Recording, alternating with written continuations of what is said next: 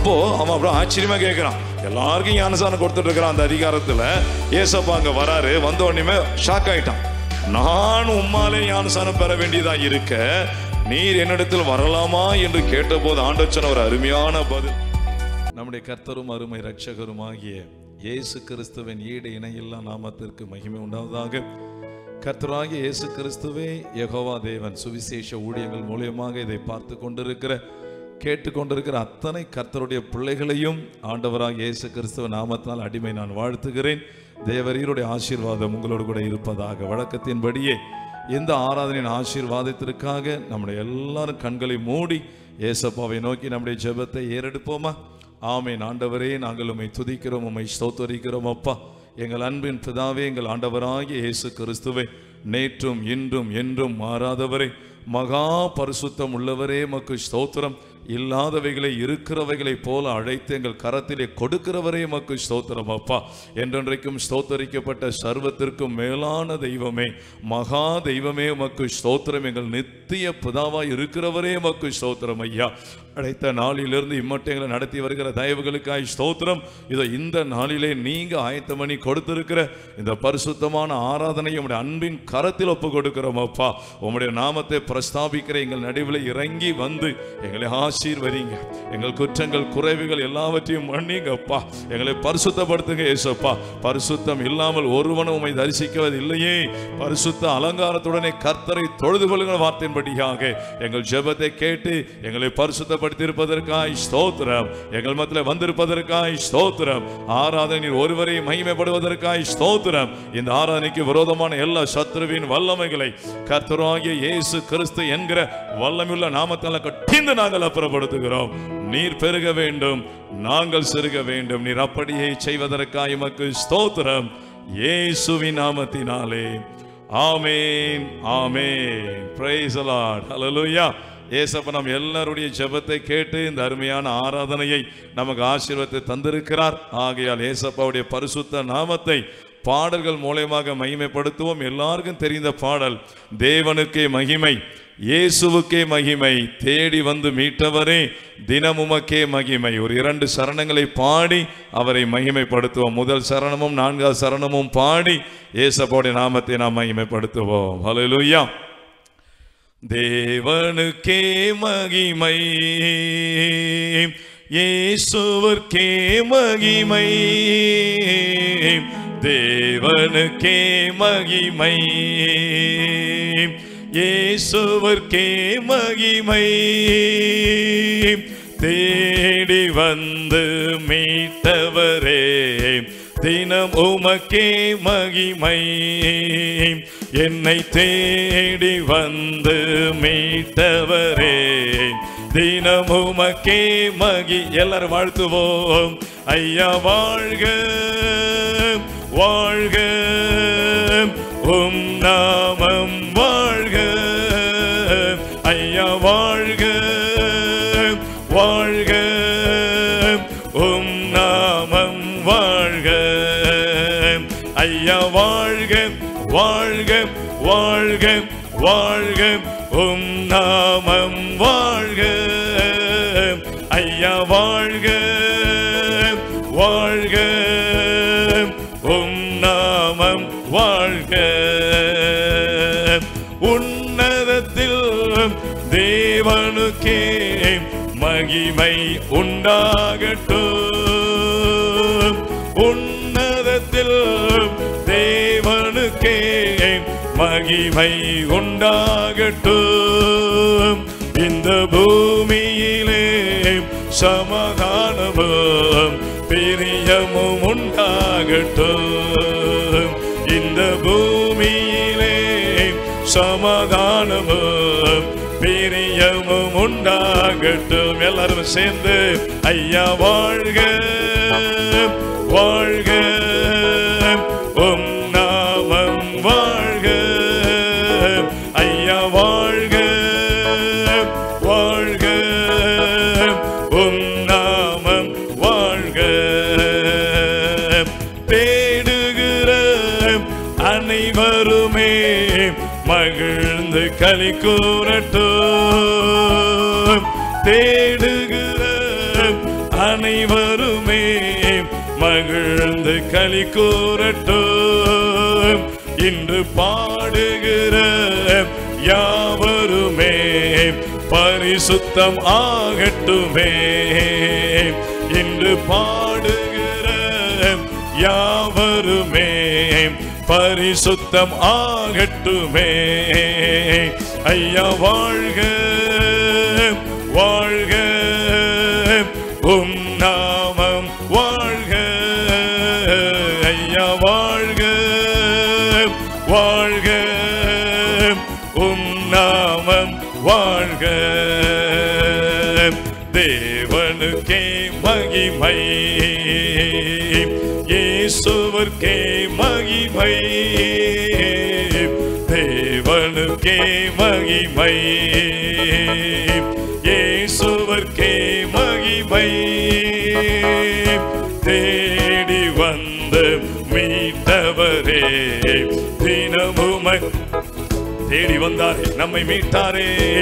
தேடி வந்து மீட்டவரே தினமுமக்கே மகிமை. என்னை தேடி வந்து மீட்டவரே தினமுமக்கே மகிமை. ஹல்லேலூயா. நம்மை தேடி வந்தார் இயேசுப்பா. நம்மை தெரிந்து கொண்டார், நம்மை முன்குறித்தார், நம்மை அழைத்திருக்கிறார். அழைத்த தேவன் உண்மையுள்ளவர். அழைத்த தேவன் நம்மை கைவிடவே இல்லை, நம்மை விட்டு விலகவும் இல்லை. இம்மட்டும் நம்மோடு கூட இருந்து நடத்தி வந்த அந்த தேவாதி தேவன் இயேசுப்பாவை சிறிது நேரம் நாம் ஆவியோடு உண்மையோடு நாம் தொழுது கொள்ளுவோமா? சங்கீதக்காரன் தாவீது சொன்ன ஒரு அருமையான வார்த்தை, நான் என் தேவனுடைய நாமத்தை பாட்டினாலே துதித்து ஸ்தோத்திரத்தினாலே மகிமைப்படுத்துவேன் என்கிற வார்த்தையின்படியாகவும் சங்கீதம் 50ஆம் அதிகாரம் 23ஆம் வசனத்தில் ஏசப்பாவே வாயை திறந்து சொல்லியிருக்கிறார், ஸ்தோத்திர பலியிடுகிறவன் என்னை மகிமைப்படுத்துகிறான் என்று அவரே சொல்லியிருக்கிறபடி அருமையான தேவ பிள்ளைகளே, சிறிது நேரம் நாம் ஏசப்பாவுடைய பரிசுத்த நாமத்தை ஸ்தோத்திர பலிகளினாலே நாம் மகிமைப்படுத்துவோம். ஹல்லேலூயா. ஆம், காளைகளின் பலத்தினாலும் மிகுந்த வரத்துண்டு என்று சொல்லப்பட்டிருக்கிறது. இன்னொரு இடத்துல சொல்லப்பட்ட வார்த்தை, உதடுகளின் காளையாகிய ஸ்தோத்திர பலிகளை அவருக்கு எப்பொழுதும் செலுத்த கடவீர்களாக என்று சொல்லப்பட்டிருக்கிறது. ஹல்லேலூயா. அவர் செய்த நன்மைகளை ஒன்றன் பின் ஒன்றாக நினைத்து கண்களுக்கு முன்பதாக கொண்டு வந்து இருந்த இடத்திலே பார்த்து கொண்டிருக்கிற அருமையான தேவ பிள்ளைகளே, குடும்பமாய் இருந்தாலும் எல்லாரும் ஏசப்பாவுக்கு மகிமைகளை செலுத்துவோம். அவரை துதிக்க துதிக்க நம்முடைய கண்ணீர் துடைக்கப்படும். ஏசப்பாவை துதிக்க துதிக்க நம்முடைய வியாதிகள் நம்மை விட்டு விளக்கப்படும். ஏசப்பாவுடைய பரிசுத்த நாமத்தை துதிக்க துதிக்க நம்முடைய எல்லா பொருளாதார நெருக்கடியில் கர்த்தர் நம்மை விடுதலையாக்குவார். நாம் என்னென்ன காரியங்களுக்காக அவரை நோக்கி பார்த்து கொண்டிருக்கிறோமோ எல்லாவற்றிலும் இயேசுவின் கரம் நமக்காக வெளிப்படும் என்பதிலே எந்த சந்தேகமும் இல்லை. ஹல்லேலூயா. சிறிது நேரம் துதிப்போமா, சிறிது நேரம் மகிமைப்படுத்துவோமா? ஏசப்பா ஒருவரே மெய்யான தேவனும் நித்திய ஜீவனுமாய் இருக்கிறார். இயேசு கிறிஸ்து ஒருவரே நம்முடைய ஆராதனைக்குரிய தேவனாய் இருக்கிறார். நமக்கு தெரியுமல்லவா பிரதான கட்டளை, இஸ்ரவேலை கேள், நம்முடைய தேவனாகிய கர்த்தர் ஒருவரே கர்த்தர், அவர் ஒருவருக்கே ஆராதனை செய்ய வேண்டுமாம். எப்படி செய்ய வேண்டும்? உன் முழு இருதயத்தோடும் முழு ஆத்மாவோடும் முழு பலத்தோடும் முழு சிந்தையோடும் அன்பு கூர்ந்து அவர் ஒருவருக்கே ஆராதனை செய்வாயாக. ஹல்லேலூயா. எல்லாரும் ஏசப்பாவை மகிமைப்படுத்துவோமா? அவர் வானாதி வானங்கள் கொள்ளாத தேவன், இல்லாதவைகளை இருக்கிறவர்களை போல அழைக்கிற தெய்வம், சர்வ வல்லமையுள்ள தெய்வம். அவருக்கு முந்தி ஏற்பட்ட தேவனும் இல்லை, அவருக்கு பிந்தி ஏற்பட போகிற தேவனும் இல்லை. அவர் ஒருவராய் பெரிய அதிசயங்களை செய்கிற தெய்வம், அவர் ஒருவராய் சாவாமை உள்ள தெய்வம். அந்த பரிசுத்த நாமத்தை உயர்த்துவோமா? ஹல்லேலூயா, ஹல்லேலூயா. வானாதி வானங்கள் கொள்ளாதவரே, வார்த்தையால் வர்ணிக்க கூடாதவரே, போயாமல் உம் புகழ் நான் பாடுவேன் என்றுமே என்றுமே என்றென்றுமே. வானாதி வானங்கள் கொள்ளாதவரே, வார்த்தை வார்த்தையால் வர்ணிக்க கூடாதவரே, ஓயாமல் புகழ் நான் பாடுவேன். என்றுமே என்றுமே என்றென்றுமே. ஹல்லேலூயா ஹல்லேலூயா ஆமென். எல்லாரும் சேர்ந்து ஹல்லேலூயா ஹல்லேலூயா ஆமென். ஹல்லேலூயா ஹல்லேலூயா ஆமென். ஹல்லேலூயா ஹல்லேலூயா ஆமென். ஹல்லேலூயா ஹல்லேலூயா. எல்லாம் தேவ பிரசன்னத்தை உணர்ந்து ஹல்லேலூயா ஹல்லேலூயா ஹல்லேலூயா ஹல்லேலூயா. வானாதி வானங்கள் கொல்லாதவரே, வார்த்தையால் வர்ணிக்க கூடாதவரே, ஓயாமல் புகழ் நான் பாடுவேன். என்றுமே என்றுமே என்றென்றுமே. ஹல்லேலூயா ஹல்லேலூயா ஆமென். ஹல்லேலூயா ஹல்லேலூயா. தேவ பிரசன்னத்தை உணர்ந்து மகிமை. ஹல்லேலூயா ஹல்லேலூயா ஆமென். ஹல்லேலூயா ஹல்லேலூயா ஆமென். ஹல்லேலூயா. துதிக்கிறோம், வாழ்த்துகிறோம், வணங்குகிறோம், போற்றுகிறோம், உயர்த்துகிறோம். ஹல்லேலூயா ஹல்லேலூயா.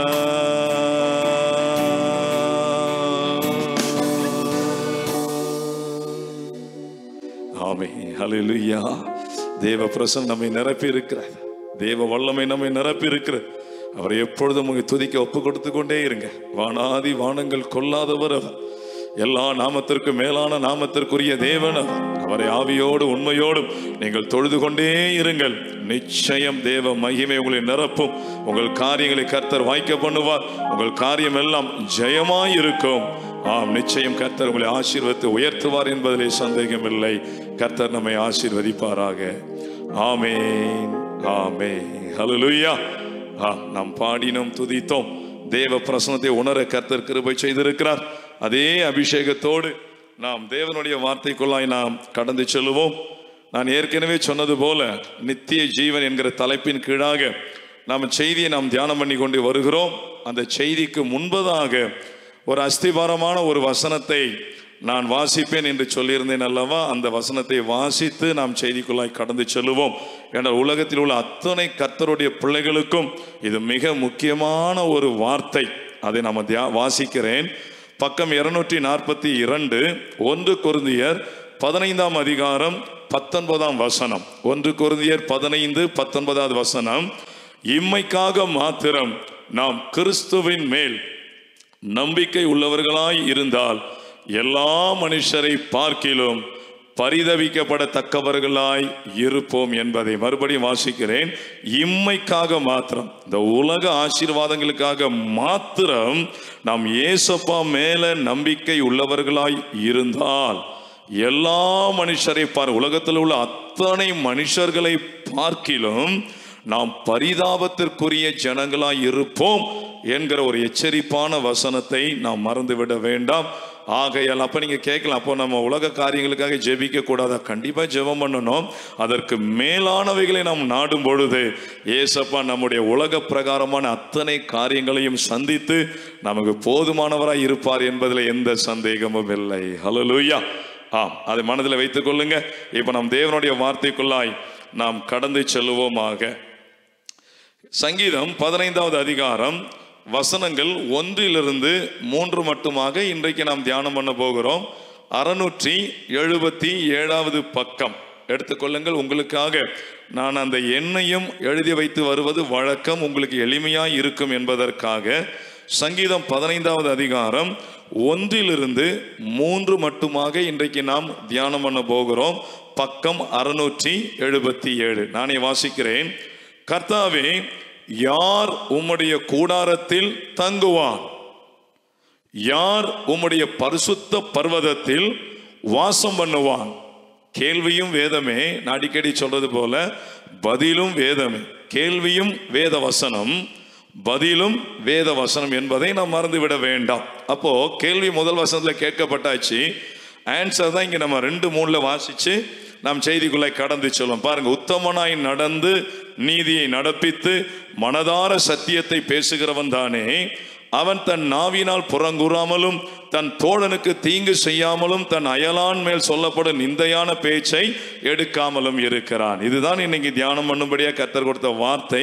நாம் அப்படி இருந்த இடத்தில் கண்களை மூடி ஜெபிப்போம். எங்கள் அன்பின் பிதாவே, எங்கள் ஆண்டவராகிய இயேசு கிறிஸ்துவே, இந்த அருமையான நல்ல நாளிலே உம்முடைய அபிஷேகம் பண்ணப்பட்ட வார்த்தைகளை நாங்கள் வாசித்திருக்கிறோம். வழக்கத்தின்படியே இந்த வசனங்களை வாசிக்க மட்டும்தான் எங்களுக்கு தெரியுமப்பா.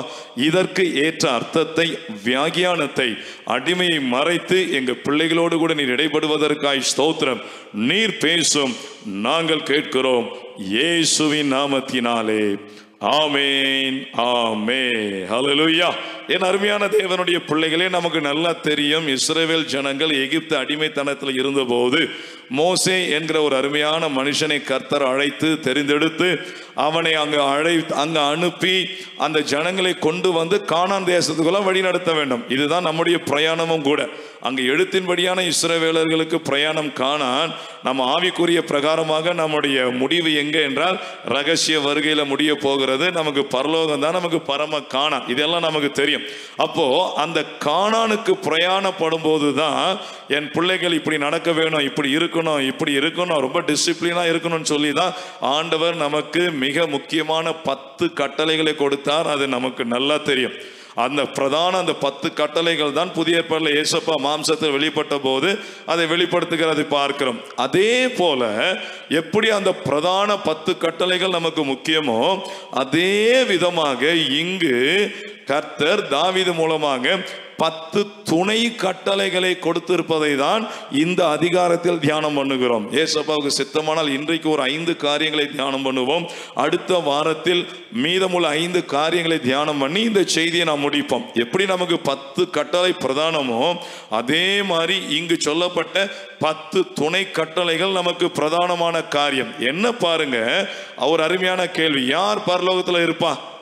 நமக்கு தலைப்பா தான் நித்திய ஜீவன், பிரவேசிக்கணும் இல்லையா? ரகசிய வருகை, அதுக்கு பிறகு மேல 7 வருஷம் ஆட்சி, கீழே வந்து 1000 வருட அரசாட்சி, அதுக்கு பிறகு நித்திய காலமாக ஏசப்பாவோட கூட வாழ போறோம். அதுதான் ஆசீர்வாதம். நான் ஏற்கனவே செய்தியெல்லாம் சொல்லி இருக்கிறேன். அப்ப இங்க ஒரு காரியம், யார் அந்த பரலோகத்துல இருப்பா? யார் ஏசப்பாவோட கூட தங்குவாங்க அப்படின்ற கேள்விய தாவீது மூலமா ஏசப்பா கேட்க வைத்து அதே தாவீது மூலமாக பரிசுத்த ஆவியினால யார் அந்த இடத்துல பிரவேசிப்பார்கள் என்பதை ஒரு 2-3 வசனங்களில் எழுதி வைத்திருக்கிறார்கள். தொடர்ந்து நம்ம அடுத்த வாரத்தில் பார்க்க போறோம். அப்ப இன்னைக்கு 5 காரியங்களை நாம் பார்க்க. அப்ப யார் பரலோகத்துல இருப்பாங்க? நாம் என்ன காரியம் செஞ்சா நம்ம பரலோகத்தில், ரொம்ப முக்கியமான செய்தி, பரலோகத்துக்காக தான் நம்ம ஆயத்தமாய் கொண்டு இருக்கிறோம். ஹல்லேலூயா. அப்போ பாருங்க, 2வது காரியத்தை நான் முதல் காரியமாய் வைத்து விட்டு பிறகு எல்லாவற்றையும் நம்ம லைன் பை லைன் பார்க்க போறோம். என்ன 2வது காரியம் பாருங்க, 2வது வசனத்துல நீதியாய் நடப்பிக்கிறவன், நீதியை நடப்பிக்கிறவன் இல்ல நீதியாய் நடக்கிறவன் அந்த பரலோக ராஜ்யத்திலே பிரவேசிப்பான். அப்படி என்றால் வேதம் எதை நீதி என்று சொல்லுகிறது? திருப்பிக் கொள்ளுங்கள், மத்தேயு 3வது அதிகாரம் 13ஆம் வசனத்திலிருந்து 15, பக்கம் 5. எவ்வளவு அருமையான ஒரு காரியம் பாருங்க.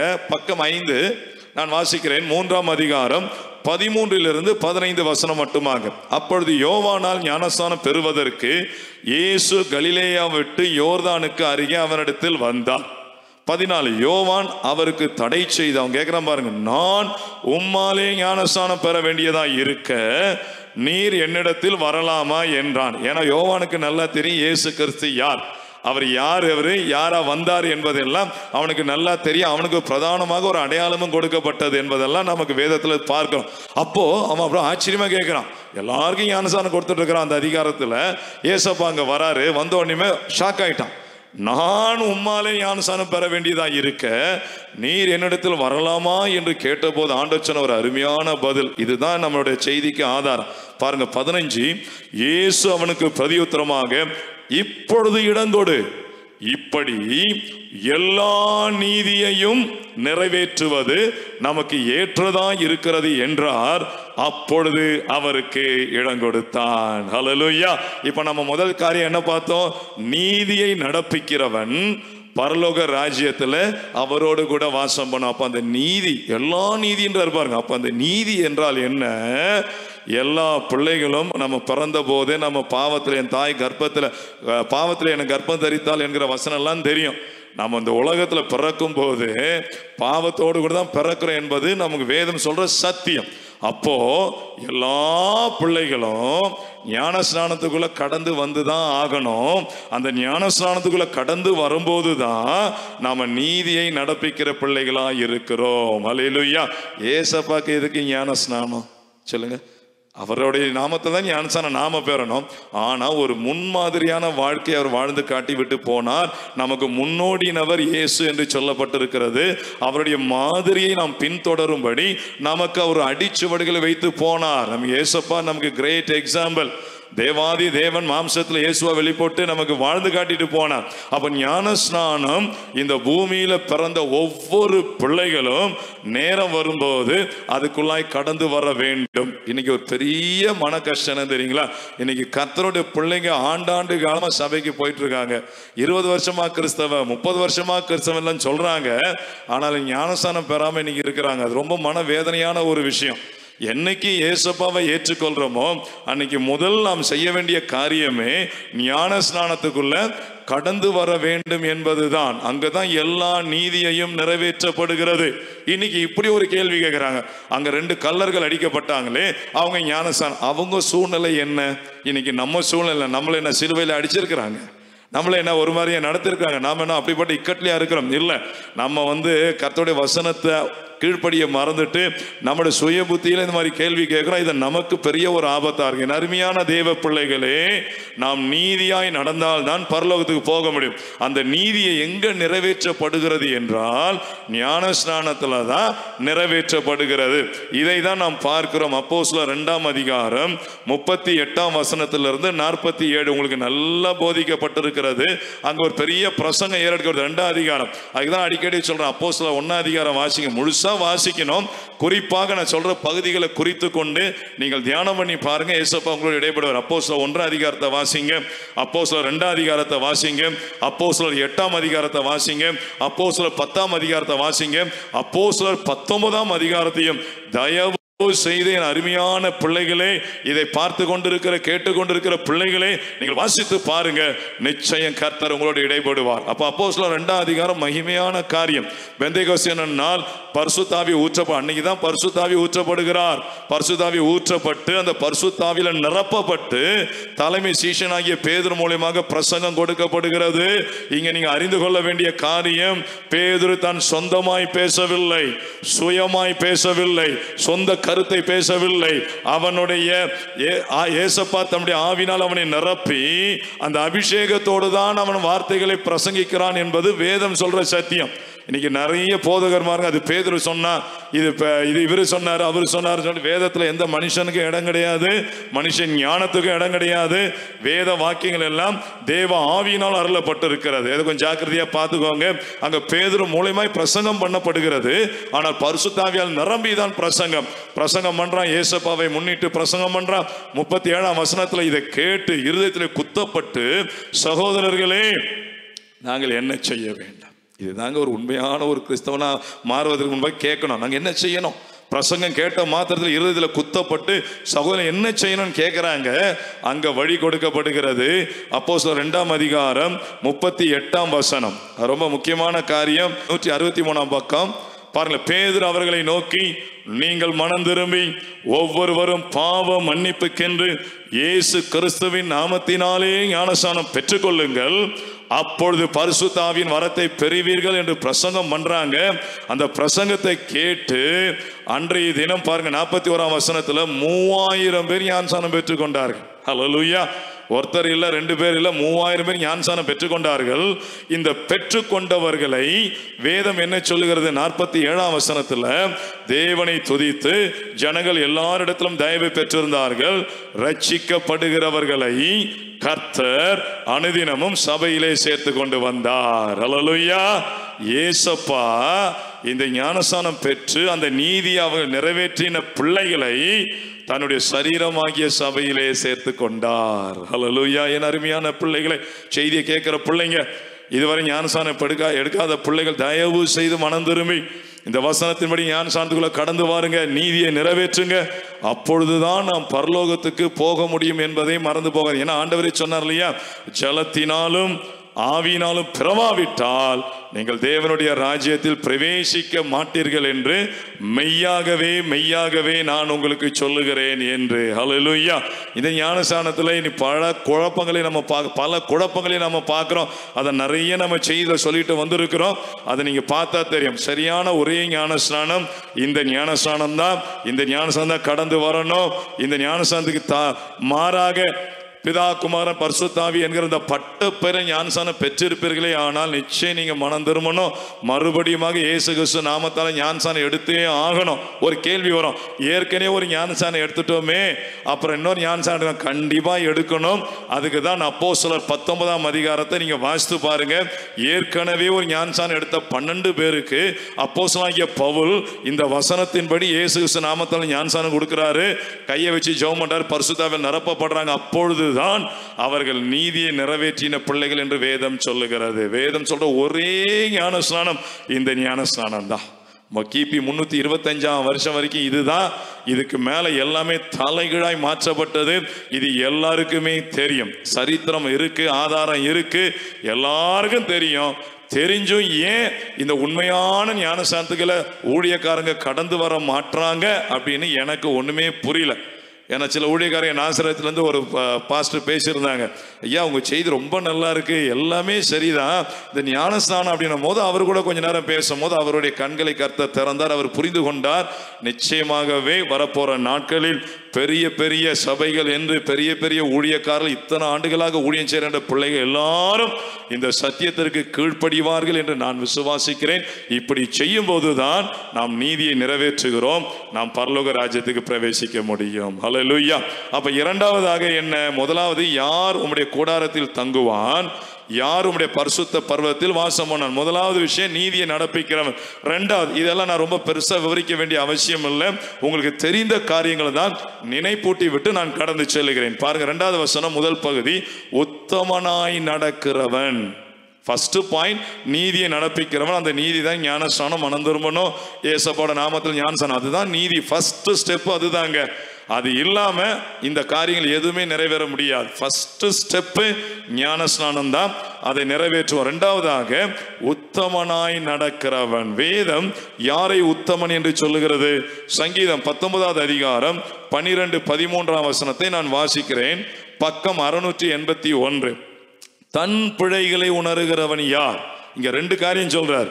மறைவான குற்றங்களுக்கு என்னை நீங்களாக்கும். அடுத்த வசனம், துணிகரமான பாவங்களுக்கு உமது அடியேனை விலக்கி காரும், அவைகள் என்னை ஆண்டு கொள்ள ஒட்டாதிரும். பாருங்களேன், அப்பொழுது நான் உத்தமனாகி பெரும் பாதகத்துக்கு நீங்களாயிருப்பேன். ஹல்லேலூயா.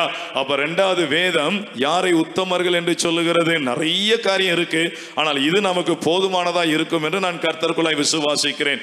யாரு தன் பிழைகளை உணர்கிறார்களோ, இன்னைக்கு இங்கதான் பெரிய விஷயம். ஆண்டவரே சொல்றாருல, உன் கண்ணுல இருக்கிற உத்தரத்தை விட்டுட்டு மற்ற சகோதரனுடைய கண்ணில் இருக்கிற துரும்பை எடுக்க வகை பார்க்கிறது என்ன? நம்ம கிட்ட 1000 ஓட்டை வச்சுக்கிட்டு இன்னொருத்தவங்களை நம்ம குற்றம் சாட்டும்படியாக நாம் அழைக்கப்படவில்லை. அப்படி செய்தால் நாம் உத்தமர்களாய் வாழ முடியாது. ஹல்லேலூயா. நம் குற்றத்தை உணரவன். நம்ம யாராலும் நம்ம குற்றத்தை உணர்த்தினாங்கன்னா அப்படியே உள்ளார்ந்த அன்போடு நாம் அதை உணர வேண்டும். தாவீதனுடைய விசேஷித்த குணமே அதுதான். அவ்வளோ பெரிய பாவம் செஞ்சுட்டா அவன் ராஜா நினைச்சிருந்தா நாத்தான் சொல்லும் போது நாத்தானை வெட்டி வீழ்த்திருக்கலாம். ஆனால் சபையின் நடுவிலே அவனுடைய குற்றத்தை உணர்த்தும் போது அதை பிழைகளை உணர்ந்து யார் இருக்கிறாங்க யார் இல்லைன்னு அவன் பார்க்கவே இல்லைங்க. தான் ஒரு ராஜா என்பதை அவன் நினைச்சு கூட பாரல. எனக்கு இவ்வளோ அதிகாரம் இருக்கு, நான் இப்படிப்பட்ட ஆள், நான் சொன்னேன்னா அவன் காலி அப்படின்ற எந்த காரியத்தையும் அவன் கொண்டு வராமல் ஆண்டவர் உணர்த்தின மாத்திரத்திலேயே தன் பிழைகளை உணர்ந்தான். அதுதான் அவன் உத்தமன் என்று வேதம் சாட்சி கொடுக்கிறது. ஹல்லேலூயா. இரண்டாவது, துணிகரமான பாவங்களுக்கு என்னை விலக்கி காத்து கொள்ளும், அப்பொழுதுதான் நான் உத்தமன். அப்போ பாவம் என்னென்று உங்களுக்கு விவரிக்க வேண்டிய அவசியமே இல்லை. அப்போ இது கர்த்தருக்கு விரோதமான பாவம் என்று தெரிந்தும் அதை துணிகரமாய் நாம் செஞ்சா நாம் உத்தமர்கள் அல்ல. சாராயம் குடிக்க கூடாதுன்னு தெரியும், சிகரெட் பிடிக்கக்கூடாதுன்னு தெரியும், பொடி போடக்கூடாதுன்னு தெரியும், இச்சையான காரியங்களை கண்ணுக்கு முன்னாடி வைக்கக்கூடாதுன்னு தெரியும், சினிமா பார்க்கக்கூடாதுன்னு தெரியும், விக்கிரக வழிபாடு கூடாது என்று தெரியும், ஜோசியம் பார்க்கக்கூடாது தெரியும், அமாவாசை பார்க்கக்கூடாதுன்னு தெரியும், நாள் பார்க்கக்கூடாதுன்னு தெரியும், நட்சத்திரம் பார்க்கக்கூடாதுன்னு தெரியும். எல்லாம் தெரிஞ்சும் அதை துணிகரமாய் நாம் செய்யும்போது நாம் உத்தமர்களாய் வாழ முடியாது. துணிகரமான பாவங்களுக்கு உமது அடியனை விலக்கி காரும். இதுக்கு யார் எக்ஸாம்பிள்? யோசேப்பு. தெரியும் பிறனுடைய மனைவியை இச்சிக்க கூடாது என்று அன்னைக்கு கட்டளை இல்லை. ஆனால் விசுவாசத்தில் உணர்ந்தவனாக அவன் போத்திபாருடைய மனைவி அவ்வளவு பிரச்சனை பண்ணும் போதெல்லாம் அவனுடைய இருதயம் தெரியும், நான் கர்த்தருக்கு விரோதமாக பாவம் செய்வது எப்படி, அது துணிகரமான பாவம் அவனுக்கு தெரியும். அது இன்னொருத்தனுடைய மனைவி. இன்னைக்கு ரொம்ப மனவேதனைங்க. இன்னைக்கு உண்மையாகவே எனக்கு ஃபோன் கால் வரதெல்லாம் நிறைய விஷயம் இப்படி தான் வருது. பிரதர், என் வீட்டுக்காரர் இப்படி ஒரு பொண்ணோடு இருக்கிறாரு, ஒரு பொண்ணு இப்படி, என் என்னுடைய மனைவி இப்படி, இந்த மாதிரியான ரொம்ப மனவேதனை. தயவுசெய்து கர்த்தரோட பிள்ளைங்க ஜாக்கிரதையா இருங்க. துணிகரமான பாவங்களுக்கு நீங்க இடம் கொடுத்தா நீங்க உத்தமர்களாய் வாழ முடியாது. ஆண்டோடைய நியாய தீர்ப்பு நீதியாய் இருக்கும், நாம பரலோகத்துக்கு போக முடியாது. ஹல்லேலூயா. அப்போ நம்முடைய பிழைகளை உணர்வது உத்தமன், துணிகரமான பாவங்களை செய்யாமல் இருப்பதும் உத்தமன் என்று வேதம் சொல்லுகிறது. ஹல்லேலூயா. கடைசியாக 3 பாயிண்ட் மட்டும் தான் இன்னைக்கு முடிக்க முடியும் நினைக்கிறேன். மற்ற பாயிண்ட்கள் அடுத்த வாரத்தில் நாம் கண்டினியூ பண்ணி கொள்ளலாம். மூன்றாவதாக, யார் அந்த பரிசுத்த பர்வத்தில் வாசம் பண்ணுவான்? 3வது சொல்றாரு பாருங்களேன், மனதார சத்தியத்தை பேசுகிறவன் தானே. ஹல்லேலூயா. இன்னைக்கு இதுதாங்க கிடையாது. இன்னைக்கு சத்தியம் என்றால் என்ன? இயேசுவே வழியும் சத்தியம் ஜீவனுமாய் இருக்கிறேன்னு சொல்றாரு. இன்னொரு இடத்துல அது வாசிக்க வேணாம், டைம் இல்லை.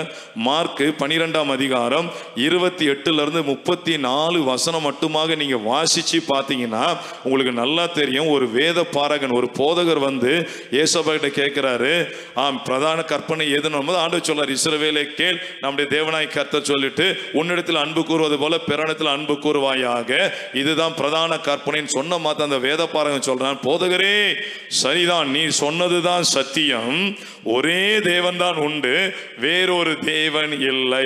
இதுதாங்க முக்கியமான சத்தியம். இந்த பிரதானமான சத்தியம் இன்னைக்கு குளறுபடி ஆயிற்று. ஒரே தேவன் ஒருவராய் இருக்கிறார் என்கிற விசுவாசம் இல்லாம விசுவாச துரோகம் இந்த உலகத்துல நடந்து கொண்டிருக்கிறது. தேவன் ஒருவர் இல்லை, திரியேகம் என்கிற வார்த்தை பைபிள்ல கிடையாது, திரித்துவம் என்கிற வார்த்தை பைபிள்ல கிடையாது, ட்ரினிட்டி என்கிற வார்த்தை பைபிள்ல கிடையாது, 3 தெய்வங்கள் என்கிற வார்த்தை பைபிள்ல கிடையாது, மூல உபதேசத்துல கிடையவே கிடையாது. ஒரே ஒரு தேவன், அவர் ஒருவராக இருக்கிறார். அவருடைய 3 தன்மைகள், நம் தேவனுக்குள்ள அநேக தன்மைகள் இருக்கிறது. பழைய ஏற்பாடுல எத்தனையோ நாமத்துல வெளிப்பட்ட தெய்வம் இந்த புதிய ஏற்பாடு காலத்துல 3 பிரதான தன்மைகளை முன்னாடி வச்சு அவர் நம்மளை நடத்துறாரே ஒழிய அந்த தன்மைகளுக்கு எல்லாம் தெய்வமாய் மாறிவிடவில்லை. அவர் ஆளாவும் இல்லை, ஒரே தேவன் ஒருவர் தான் இருக்கிறாரு. இன்னைக்கு பயங்கரமான வேதனையான விஷயம், பிரபலமான சபைகள், பிரபலமான ஊழியக்காரர்கள் அவரை ஜெபிக்கும் போதெல்லாம் என் மனசுல கண்ணீர் அப்படியே வருதுங்க. கண்ணீர். பிதாவாகிய தேவனுக்கு ஸ்தோத்திரம், குமாரனாகிய தேவனுக்கு ஸ்தோத்திரம், பரிசுத்தாவியாகிய தேவனுக்கு ஸ்தோத்திரம். எங்கெங்க இருக்கு பைபிள்ல? அப்போஸ்தலர் சொல்லி கொடுத்தாங்களா? இல்ல ஏசப்பா சொல்லி கொடுத்தாரா? பிதாவாகிய ஒரு தெய்வம், 3 தெய்வம் உண்டா? நமக்கு ஒரே தெய்வம் உண்டு தான் சத்தியம். இந்த சத்தியத்தை சொல்லக்கூடிய ஆட்கள் இன்னைக்கு இல்லை. உங்களுக்கு நான் சொல்ல வரப்போ நாட்டில் சொல்கிறேன் பாருங்க. இன்னைக்கு பிரபலமான ஊழியக்காரர்கள்லாம் எப்படி ஞானஸ்நானம் எடுத்தாங்க, ஆனால் இன்னைக்கு அவங்க என்ன பிரசங்கம் பண்ணுறாங்க என்பதெல்லாம் அவ்வப்போது நிச்சயம் வரப்போ நாட்டில் சொல்கிறேன். என் அருமையான தேவ பிள்ளைகளே, உங்கள் ரட்சிப்பு உங்கள் கையில். உங்கள் விசுவாசம் எந்த சபையும் சார்ந்து இருந்துடக்கூடாது. உங்கள் விசுவாசம் எந்த ஊழியக்காரர் சார்ந்து இருந்துடக்கூடாது. உங்கள் விசுவாசம் எதை சார்ந்து இருக்க வேண்டும்? ஏசப்பாவையும் ஏசப்பாவுடைய பரிசுத்த வார்த்தையாகிய இந்த வேத எழுத்துக்களை சார்ந்துதான் உங்க விசுவாசம் இருக்க வேண்டுமே ஒழிய சபையின் மேல சாஞ்சிராதீங்க, ஊழியக்கார மேல சாஞ்சிராதீங்க. நிச்சயம் நம்ம ரட்சிப்பை இழந்து போவோம். ஹல்லேலூயா. அப்போ சத்தியம் இது. மனதார சத்தியத்தை பேசணும். ஞானஸ்நானம் இதுதான், அபிஷேகம் இதுதான், இப்படிதான் உபவாசம் பண்ணணும், இப்படிதான் அவரை துதிக்கணும், இப்படிதான் அவரை ஆராதிக்கணும், இப்படிதான் வேதத்தை வாசிக்கணும் அப்படிங்கிற எல்லா சத்தியத்தையும் மனதார பேசணுங்க, மனதார பிரசங்கம் பண்ணணும். உண்மையாகவே இன்னைக்கு ஒரே தேவன் ஒருவராய் இருக்கிறார் என்று பேசுறதுக்கு இன்னைக்கு ஆட்களே இல்லையா. அதை பேசுறவங்களை பார்த்து பரியாசம் பண்ற கூட்டம் தான் இன்னைக்கு நிறைய இருக்க ஒழிய, ஆனால் வேதம் சொல்லுகிற சத்தியத்தை மனதார பேச இன்னைக்கு ஆட்கள் இல்லை. எழும்புங்க, வேதத்தை பார்த்து கொள்ளுங்க. ஒரே ஒரு தேவன் தான் உண்டு. அவர்தான் பிதாவாய் இருக்கிறார், அவர்தான் குமாரனாய் வெளிப்பட்டார், அவர்தான் பரிசுத்தாவியாய் இருக்கிறார். அவருடைய ஒப்பற்ற நாமம் கர்த்தராகிய இயேசு கிறிஸ்து. நான் ஏற்கனவே சொல்லியிருக்கிறேன். அந்த ஒரு எக்ஸாம்பிளை சொல்லிட்டு நான் அந்த செய்தியை முடிக்கிறேன். இப்போ நான் உங்களுக்கு போதகராக இருக்கிறேன். என்னுடைய பிள்ளைகளுக்கு நான் தகப்பனாக இருக்கிறேன். என்னுடைய மனைவிக்கு நான் கணவனாக இருக்கிறேன். என்னுடைய அம்மா அப்பாவுக்கு நான் மகனாக இருக்கிறேன். மகனாக இருப்பதை நான் தான், கணவனாக இருப்பதை நான் தான், தகப்பனாக இருப்பதை நான் தான். பிள்ளைகளுக்கு தகப்பன், அப்புறம் மற்ற உறவினர்களுக்கு மாமாவா. இப்படி அநேக தன்மைகளை கொண்ட நான் ஒரு நபரா பல நபர்கள். உங்களுடைய சிந்தனைக்கு நான் ஒரே ஒரு மனுஷன் தான். என்னுடைய பெயர் பால் ஸ்டீஃபன். அதே போல் நம் தெய்வத்துக்கு பல தன்மைகள் உண்டு. அதில் குறிப்பாக பிதாவின் தன்மை அவர் சொல்றாரு, குமாரனின் தன்மையை சொல்றாரு, பரிசுத்தாவின். பிதாவினா வானத்திலிருந்து நம்ம இடைப்பட்டார். பழைய ஏற்பாடு முழுவதும் ரத்தம் சிந்தும்படியாக குமாரனாக இயேசுவாக நம்மோடு கூட இருக்கும்படியே வந்தார், மரித்தார், 3 நாள் உயிரோடு எழுந்து பெந்தெகோஸ்தே நாளிலே பரிசுத்தாவியாக இப்ப நமக்குள் வாசம் பண்ணி நம்மை நடத்துகிறார். மேல இருந்து நடத்தினார், கூட இருந்து நடத்தினார். இப்ப நமக்குள் இருந்து இயேசு கிறிஸ்து நம்மை நடத்துகிற தேவனாய் இருக்கிறார். அவர் ஒருவராக தான் இருக்கிறாரு. அவருடைய நாமம் இயேசு கிறிஸ்து. இதுதான் வேதம் சொல்ற சத்தியம். இந்த சத்தியத்துக்கு கீழ்ப்படியுங்க. இந்த சத்தியத்தை மனதார பிரசங்கம் பண்ணுங்க. அந்த பிள்ளைகள் நிச்சயம் பரலோகத்தில் வாசமாய் இருப்பார்கள். ஹல்லேலூயா. 10 காரியங்களை 3 தான் பார்த்திருக்கிறோம். கர்த்தருக்கு சித்தமானால் அடுத்த வாரம் மற்ற 7ஐயும் சொல்லி இந்த செய்தியை நாம் நிறைவு செய்வோம். இதுதான் இன்றைக்கு மிக முக்கியமான காரியம். யார் பரலோகத்தில் இருப்பா? முதல் காரியம் நீதியை நடப்பிக்கிறவன், உத்தமனாய் நடக்கிறவன். 3வதாக மனதார சத்தியத்தை பேசுகிறவன் தானே. ஜெபிப்போமா? எங்கள் அன்பின் பிதாவே, எங்கள் ஆண்டவராகிய இயேசு கிறிஸ்துவே, இந்த அருமையான நல்ல நாளின் இந்த மகிமையான நேரத்துக்காய் ஸ்தோத்திரம். எங்கள் பிள்ளைகளுக்கு இன்றைக்கு கொடுக்க வேண்டிய மன்னாவை, அடிமையை மறைத்து நீர் பேசியிருக்கிற தயவுகளுக்காய் ஸ்தோத்திரம். இந்த வசனம் எங்க பிள்ளைகளை சரியான பாதையில நடத்தட்டும் ஐயா. தாவீது சொன்னது போல, உமது வசனம் என் கால்களுக்கு தீபமும் என் பாதைகளுக்கு வெளிச்சமுமாய் இருக்கிறது என்ற வார்த்தையின்படி யார் பரலோகத்துக்கு போவார்கள்? இன்றைக்கு 3 காரியங்கள் கொடுக்கப்பட்டிருக்கிறது. எங்க பிள்ளைகள் கீழ்ப்படிந்து பரலோகத்துக்கு ஆயத்தமாக்கப்படட்டும். சந்தேகங்கள் இருக்குமே ஆனால் வேதத்தை கொண்டு நாங்கள் டிஸ்கஸ் பண்ண நீர் கிருபை செய்யும். மற்றபடி எல்லா பிள்ளைகளுடைய காரியங்களை பொறுப்படுத்திக் கொள்ளுங்க. நன்மையான காரியங்களை செய்யுங்க. எங்க பிள்ளைகளுடைய எல்லா தேவைகளை சந்தித்து சாட்சியாய் நிறுத்துங்க அப்பா. நீர் அப்படியே செய்வதற்காக உமக்கு ஸ்தோத்திரம். இயேசுவின் நாமத்தினாலே ஆமேன், ஆமேன். சேர்ந்து சொல்வோமா? என் ஆத்துமாவே கர்த்தரை ஸ்தோத்தரி, என் முழு உள்ளமையுடைய பரிசுத்த நாமத்தை ஸ்தோத்தரி.